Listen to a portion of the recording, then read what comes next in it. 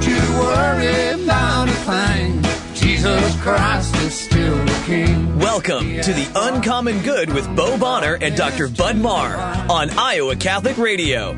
Every Wednesday, diving deep in the truth of the Catholic Church and restoring all things in Christ. The Uncommon Good, live from the Mercy Live Up studio. The Uncommon Good is on the air. I'm Bo Bonner. Bud? Bud? Oh, that's right, folks. Bud is not here. He has abandoned us. No, I'm kidding. Bud is on the road, but don't worry, folks. He will return in the middle segment because we have quite a treat for you. If you were listening on Monday, we did a crossover show with the Man Up guys, Joe Stopulos and Father Zatkowski, and then they're on our show as well, and Bud will be on that as well. So that's coming up later. We are coming to you live from Mercy Live Up Studios, 11:58 a.m., 88.5 FM, 94.5 FM, streaming live on iowacatholicradio.com and on the Iowa Catholic Radio app from Blessman Ministries and the People's Abstract Company. Like I said, a cold, wonderful winter day here in Mercy Live Up Studio. I know everybody was thinking that it would be spring forever and then all your flowers died. However, when I moved up here, I was always looking for some snow, and I got it, so blame me, folks. Blame me. Like I said, it's me in the studio for the beginning and the end, but we have a wonderful segment for you today that I hope you stick around for. The Men's Conference, Faith for the Journey, that's coming up Saturday, March 25th, where we have a lot of local folks and also people coming from outside the diocese to speak, is coming up soon. And sort of in preparation for that, we had our crossover special with the Man Up guys. So that's what we'll be doing today, like I said, so make sure to stick around. We are underwritten, as always, by Mercy College of Health Sciences, where Bud and I are both mercifully employed. We are in spring break, hence why Bud is not here in the chair right now. So our students are out and about, hopefully getting some rest. And we're looking forward to people signing up for the summer semester especially. You can still inquire for the spring, but coming up soon is registry for summer. Bud and I are pretty excited. We're going to get to be teaching an intro to philosophy class. I want to call it Bud, Bo, and Plato, but people have decided that was a little too, But if you want to, we can make T-shirts. It's up to you guys. Also, we always take auditors, and you might learn something too. What you all are invited for that doesn't even take any money at all because it's free. Coming up April 6th on Mercy College campus, the Faith and Healing series from that's Thursday, April 6th, 6 p.m. to 7:30 p.m. And we have a wonderful speaker, Dr. Chad Pecknold, from Catholic University of America. He's a systematic theologian. He's going to be talking about Augustine in the City of God, talking about how the martyrs' tombs, especially St. Stephen's, had provided all this healing and even raising people from the dead, and how this very bizarre to us episode in the church shows what the sort of Catholic understanding of health really means. He's also going to be on our show April 5th, the day before, so stay tuned and please make sure to come visit us. Like we said, it's free and open to the public, and we'd love to have you. Also, as always, underwritten by Cartridge World. Joe out in Cartridge World doing us the big favor of allowing us to bring our show to you. He's a wonderful guy. For businesses, home offices, college students, or busy moms trying to find affordable ink and toner cartridges, Cartridge World has what you need. 801 73rd Street in Windsor Heights, 515-564-7400. Business customers, they have pickup and delivery, and they are committed to recycling, and they are environmentally friendly as well. Like I said, we have a action-packed show for you.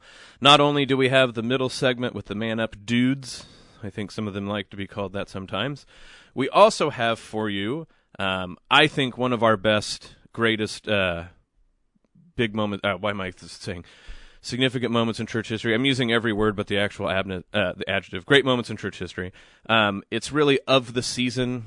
Basketball fever's in the air. John Leonetti's really going to enjoy the one day that his team's in it. It'll be really interesting for us who have multiple weekends in it, but you know how that goes. But it's really of the season, so stick around, folks. In a minute, we'll be back with the Man Up guys. This is the Uncommon Good. Stick around. Hi, this is Father Chris Fontanini, and I want to invite you to join me for the Iowa Catholic Radio Pilgrimage to the Holy Land this October 29th and returning November 7th. We will walk where Jesus walked and celebrate Mass and see the Bible come alive. I encourage you to come to an informational meeting to learn more. It is scheduled Sunday, March 19th at 5 p.m. Go to iowacatholicradio.com to get the details or call 515 223-1150. What an amazing opportunity. Hey friends, John Leonetti here, and I am thrilled to be speaking at Faith for the Journey, Iowa's Catholic Men's Conference, Saturday, March 25th at St. Francis of Assisi Catholic Church in West Des Moines. Friends, I want you to join me and hundreds of other men of faith as we discuss the challenges and joys in being courageous disciples of Jesus Christ. Register today online at iowacatholicradio.com. You can make a difference in your families and communities. Register today, iowacatholicradio.com.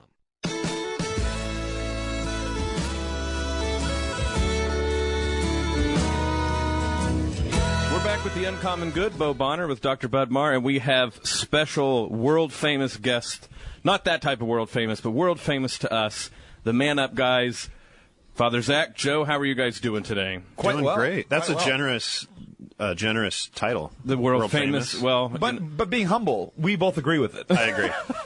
Well, this is our mega epic crossover. Didn't you have sound effects for this, Bud? Crossover, radio mashup. So if you remember, we were on their show Monday. And now we get the pleasure of having you guys on today. And part of the reason we're doing this is because coming up very soon is the men's conference. And we have a bunch of folks in the orbit of our show on the radio station going to be at that here in Iowa on the 25th. But we thought, what better way to sort of bring this up than to have the Man Up guys on our show.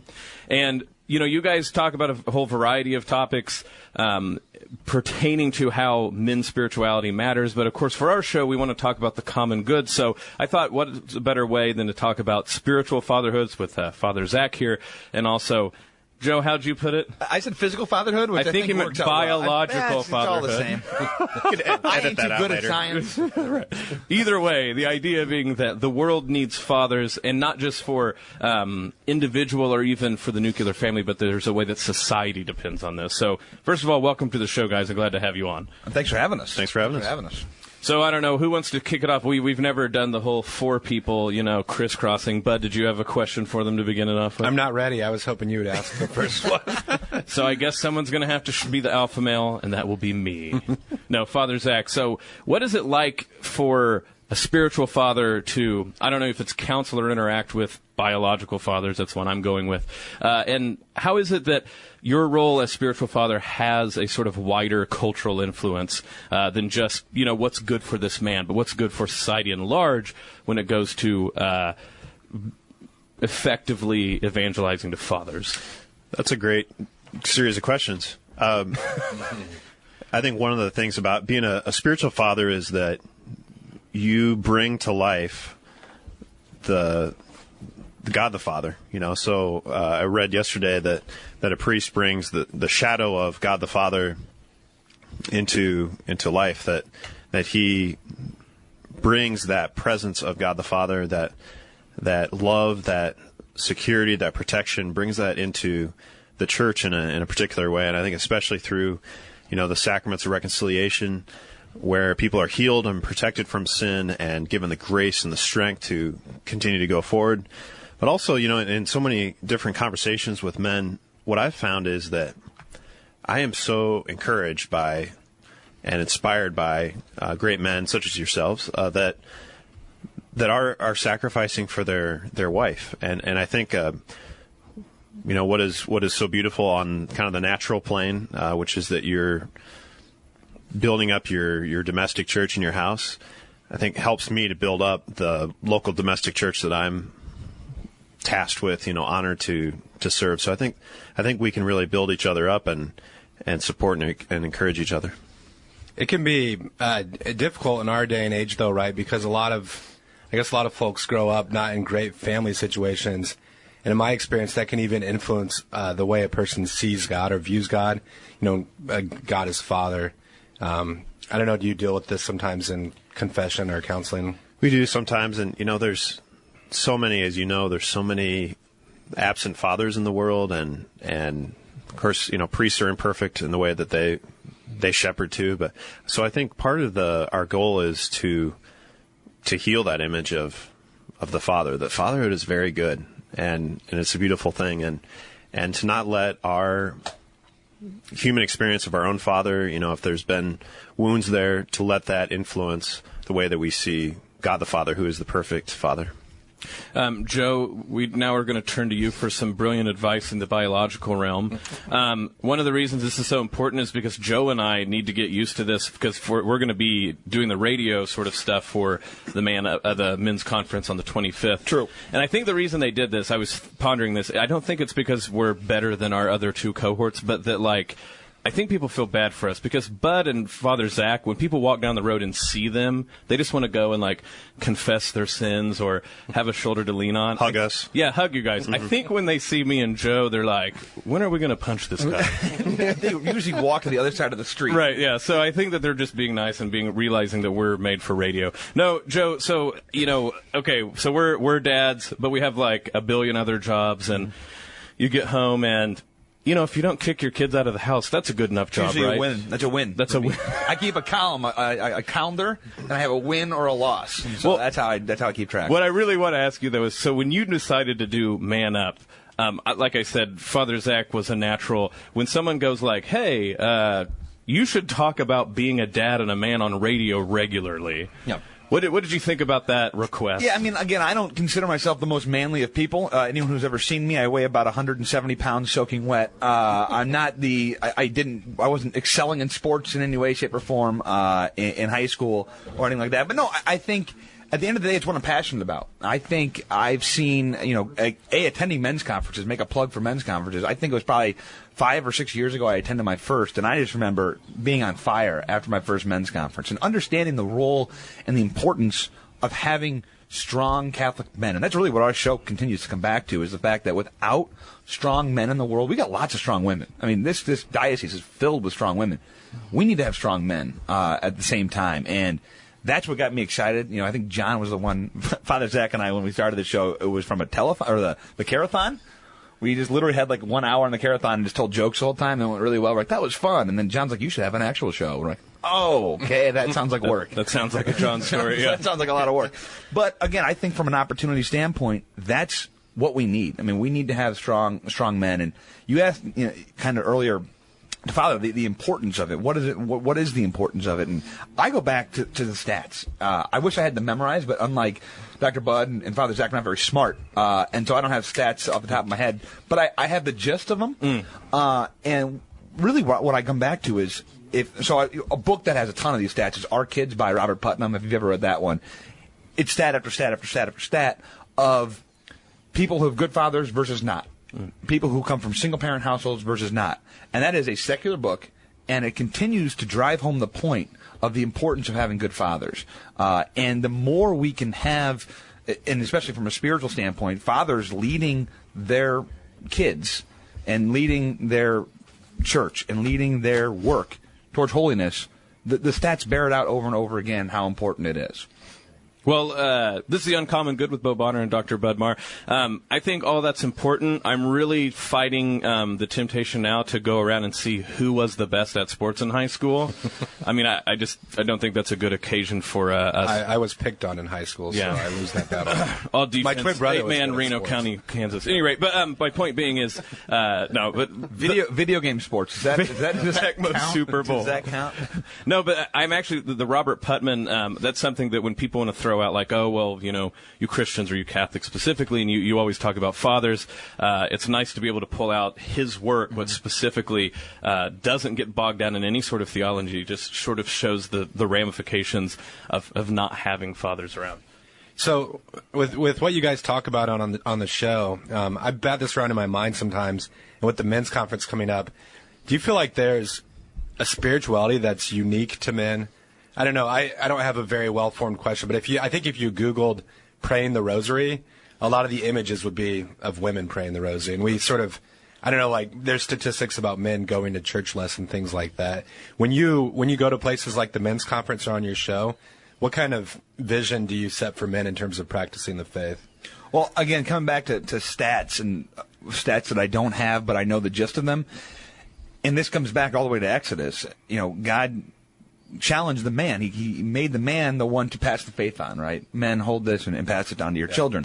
And as faith leaders in the family, if the man is the faith leader and the one bringing the kids to church and is seen as a faith leader, the children are, it's something like 70 to 80% chance they're going to That's the greatest indicator, right? And if it's just the mom and not the dad, it's like 20 to 30%. Again, that just, I think, is that children look to their dad, the masculine, as the leader in the family in all sorts of different things. And just looking at statistics, that shows you the importance of having a man of faith. And, I look to Father John Ricardo a lot as a hero of mine. And, his dad, the example that his dad gave was what inspired him to become a priest. Mostly that his dad was the president and CEO of Chrysler Motor Corporation, but every night was on his knees in front of his bed. So a guy who had all the riches and powers in the world would humble himself every night to the God of the universe, even though he didn't, in the world's eyes, he had everything he needed. And I look at that as a great model of saying, people think it's for the humble and the weak. Prayer, I'd say it's for the strong. Right? That's where we need people, is people who don't need God, who have all the things in the world, but understand the importance of God. I think of St. Joseph, whose feast day we're going to celebrate next week, and his role in the Holy Family. His whole job was to be the protector of the Christ child. When Herod was searching for Christ, he takes him under his arm. They take him the flight to Egypt to get away from that dangerous situation. So he was there as really a protector of the Blessed Mother and of Jesus. But also there was that, like Joe said, that humility where really as soon as his role was done in the infancy of Christ, in that story, he kind of just disappears from Scripture. So there's that humility where he is standing in the place of God the Father in a way, and kind of, I don't know if foster father is really the word to use, but he's really standing in the place of God the Father. So it was under his care and his guidance that Jesus learned the human virtues. It's just powerful to think about that strong example. Yeah. This is The Uncommon Good with Bo Bonner and Dr. Bud Marr. Nice subtle shout out to the entire south side of Des Moines. We were at St. Anthony's on Sunday, and St. Joseph's is a big deal to the Italians. They're going to have like 48 hours of just cookies. Feasting. Like cookies. You're going to breathe on cookies. So if you gave up cookies for Lent, then stay away from the south side. The Italians will be offended. You'd ask Bishop Pates for a dispensation. For cookies. I hear the Irish are getting one. Taking it all easy for all Throw us a bone sinners. to the Italians. Yeah, that's right. No, I realize I'm Are you Italian? Are you Italian? No. I'm married to a quarter Italian, which is basically half Italian, which is basically 3/4 Italian. And I'm Greek, which somehow people confuse for Italian. I don't understand Your hair that, but is they darker. do. Stopulos, are you Italian? Not really. But, okay. Oh, I wish they'd go down the Italian center and throw that one out. Yeah, that would not go over well. You know what I actually think is funny about, especially the stats you were talking about, what Father Zach with St. Joseph and all these things. People who act like, the father, religion's not that big of a deal to men anymore. They don't need it or whatever. But it's not like instead of going to church, contemporary man is doing excessively masculine. They're going to go out. I'm chopping wood today, guys. Yeah. Sorry, I got to cut the tree down.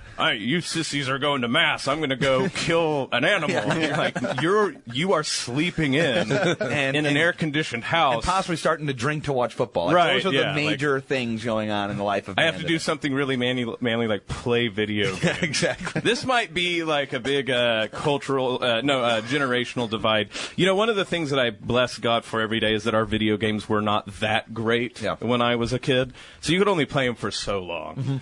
But I will say that this idea of what takes the vacuum when men stop being involved in the faith is, frankly, shots fired here, folks, laughable.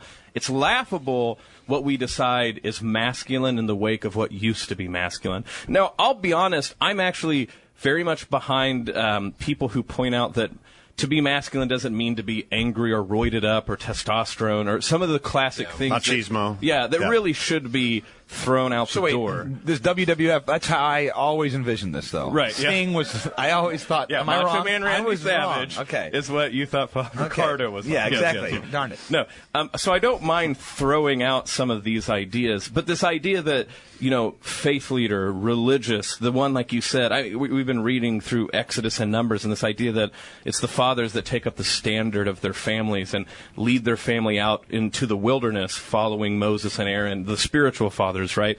This is not machismo. This is not silly, roided up masculinity. This is something so essential to a society that when you get rid of it and replace it, I have no clue what we think we're replacing it with. Mm-hmm. And I think that, Father, you have to undoubtedly see that when it comes to spiritual advice. But I mean, Joe, and I mean all of us here, that to me starts to be the difficulty when dealing with other men, is if you don't think your role is something like the head of the faith and spiritual well-being of your household, what do you think you're replacing it with at all? Yeah, and I don't think that football and video games are high on the list of things, but it harkens me back to the 1800s and 1900s, and some of the great men that we think about as heroes, whether it's political or art or whatever it was, they were open about their religion, very, very open and grounded in faith. Many of the, look at the founding fathers, how many of them were men, people leading out to war, and politicians and brilliant minds who were devout in their faith. And I think we just lost so much of that. And again, I think a part of it is because society, it's so much easier just to, we've also normalized, Father Zach and I on our show talk about the Homer Simpsoning of society, where that becomes the norm, where the male in the man in the family is the buffoon and the woman's the strong leader, and how that's become kind of the quote unquote acceptable norm, and how terrible that is for the common good, if I may make a plug for your show here. That's what our show hopefully is doing a little bit of, is trying to recapture the fact that they're not you can have both. You can have both a macho man, I mean that sincerely, an actual macho man, and be faithful and be a practicing, prayerful man. Let me play devil's advocate for a moment, and I hate to do that. I think one failure in the church in the last 50 years or so has been that we have not maybe spoken to men's hearts in our preaching and in the way that we organize parish activities. I think that's something that we have to continue to work on, is how do we engage men? Because number one, men don't want to do something that feels stupid or seems effeminate, and there's nothing wrong with the feminine. Actually, the feminine is beautiful for women, but I think men want to be challenged, they want to be strong, and they want to be courageous. And so I think one thing is we have to have high expectations for our men. We have to connect their role as father and son in what we preach about and talk about in our activities. And then we also have to invite, because women are much more likely, they're much better about volunteering and taking on leadership roles. You don't have to, and I experienced this in the high school, the young ladies are very good about volunteering. The guys, you kind of have to tap them on the shoulder, and they're usually happy to help, but usually they just need that personal invitation. So I think we have work in the church to do as well. I don't think that's the devil's advocate position at all. I think that's a fantastic way. And look, guys, it's been great. We're running out of time, so I think we're going to leave on that note. Guys, this is a formal challenge to you. Stop doing whatever you think is being manly at the current moment. Real quick, should I join the Knights of Columbus, yes or no? Yeah. Yes, of course. Was that an actual question? Of course. No, I am tonight. This evening. Oh, nice. Oh. So good job. All this talk about masculinity, I thought.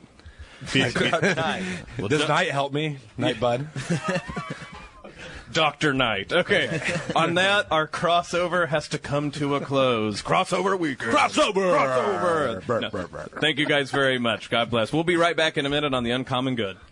Support for programming of Catholic Women Now partially provided by Farm Bureau agent Cindy Schulte. Cindy Schulte on the web at cindyschulte.com, 515-226-2111. Cindy and her team know health insurance. Support for Iowa Catholic Radio's broadcast of Dowling Catholic sports and activities is provided by Chemin, using science to improve the world. Chemin is on the leading edge of molecular science, manufacturing more than 500 specialty ingredients used by the feed and food industries and the health, nutrition, and beauty markets. Chemin's vision is to improve the quality of life by touching half the people of the world every day with their products and services. Chemin, using science to improve the world. Online at chemin.com.